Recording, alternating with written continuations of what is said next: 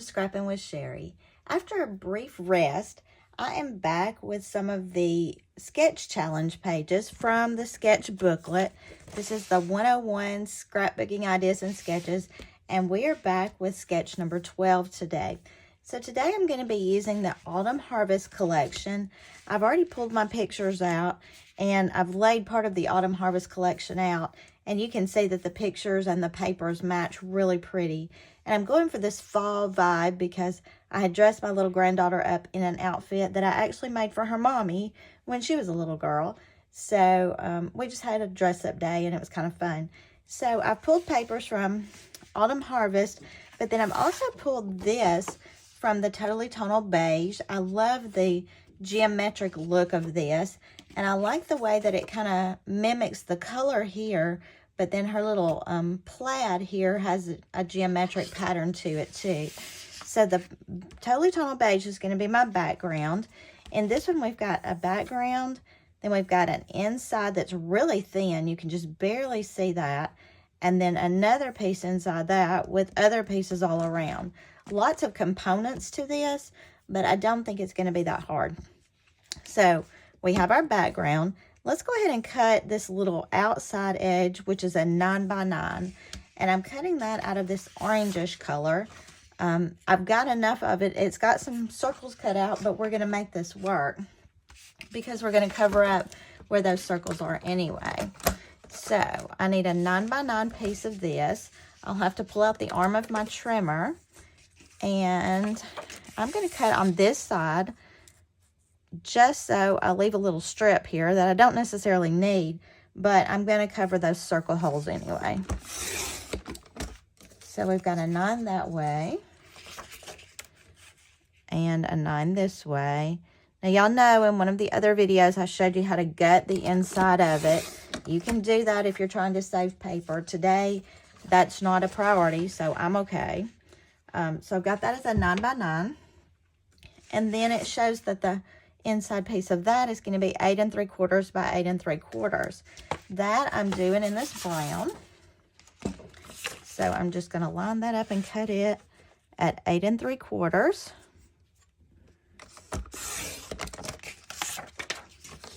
by 8 3/4.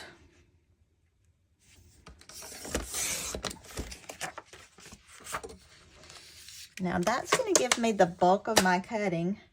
All right. And I'm going to lay these to the side while I lay this part out. Now I had 4 pictures on this. The original sketch shows 3 photos with a journaling box. Again, this is going to end up being a 2-page spread with another page that I'll create next. And I will do the bulk of my journaling probably on that page rather than this one, because I do want this one to have 4 photos. Now you can see as I lay that out, you just got a tiny edge around here. And I could have flip-flopped it, but I didn't want this pattern that's a little bit busy to be against my photos.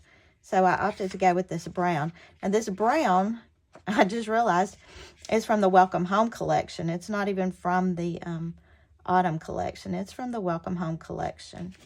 So let's go ahead and stick this down.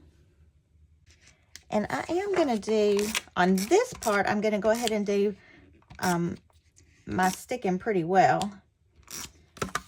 But then on the orange behind it, I'm going to stick it very lightly, more in the center, because when I'm looking at the sketch, we're going to kind of add some pieces underneath the edges.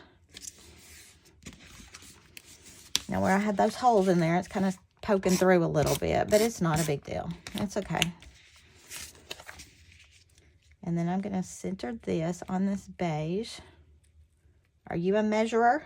How many of you have the 0 centering ruler and use it all the time? I do like mine a lot, but I don't use it all the time. I felt like by doing a darker background here, I could probably get away with not matting these photos. And that's kind of what I'm going for. Now the photos on here are cut 3.5 by 3.5. And that's what I did.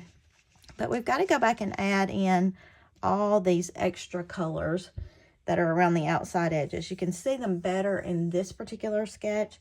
And for that, I have pulled some of my mattes from the autumn collection. I felt like that would be a good way to add in the color without really having to cut up a lot of my good paper, of my bigger paper. And it shows on here that this one is a 6x4. This one is a 6x4. And then they've just cut the 4x1.5 here. So this one is going to add a lot of color, as is this one. So when I'm looking at them and which ones I really want to pull the colors out on, I really like this blue. I think that photo is a little dark though. I think it needs something a little bit lighter. I do need to measure this and see if this is a 6x4 mat. It may be the little bit larger size. Yeah, so let's cut this mat down to the 4.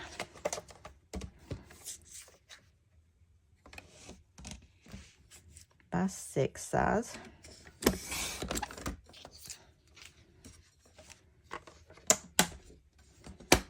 And we'll just add that one in here. That's a good color for this because this picture is a little bit lighter on the background and that causes it to pop a little bit better. I like that. And then we need one for up here. And this one I pulled has the words, but I'm thinking it would be a great title block either here or here. So the orange a good choice there, or the yellow. I think I want to go with the orange on that. So I'm going to cut this down to a 4x6 as well.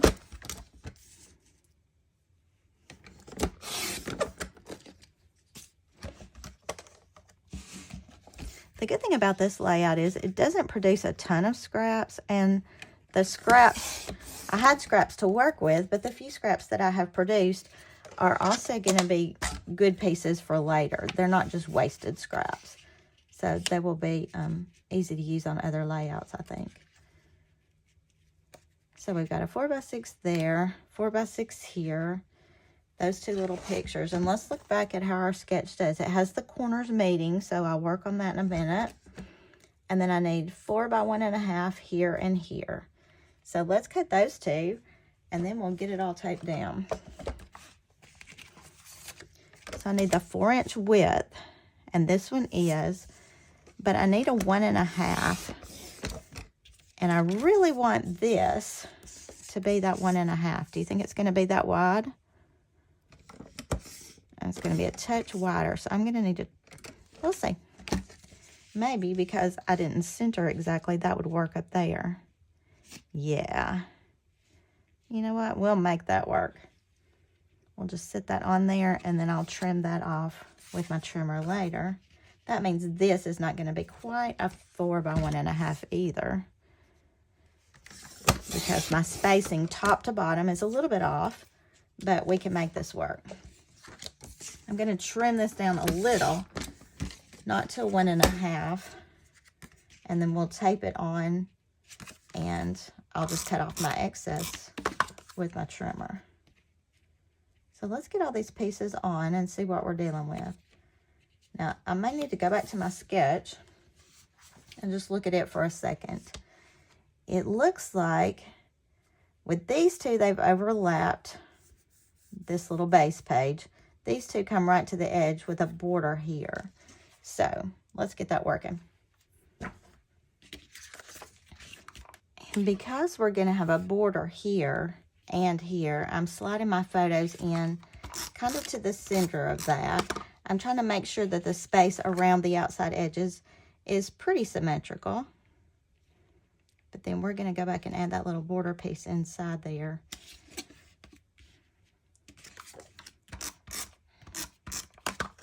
And this photo, I'm kind of lining up on that and on this. And we could go back to the sketch and see how they've done that. Their photos, looks like their photos are a little bit off here and there because they've made the spacing the same. So maybe we want to look at our spacing being equal around there rather than lining it up with those other photos. I guess that makes this brown look more like a matte. So let's do that. Ooh, all these designs are playing havoc with my eyes. All right, and we've just got to tape this one down. And remember, we're going to cut off parts of that. I just like having that title already done on there. We could use stickers and add an extra title there, but I didn't feel that was necessary when I had that nice journaling box with the title on it. That was almost exactly right. Pretty good, huh?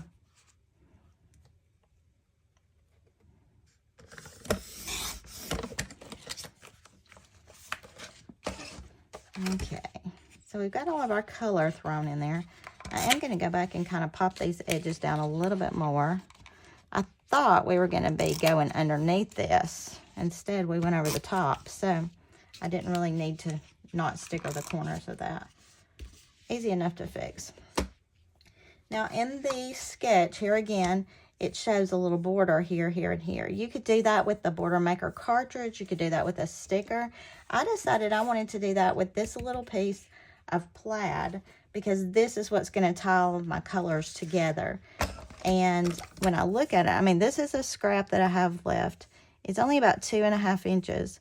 So I need 4 of those. I'm going to make just a 1/2 inch little stripe of this. And in doing that, I'm going to end up with all of these colors showing, which I think will be really pretty. You know what I should have done is cut it to 4 first,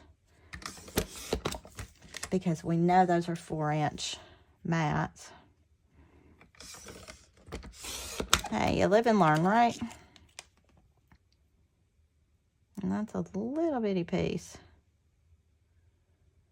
On that one, I'm going to set my cutter in the middle of it, cut up and back, so it doesn't slide side to side.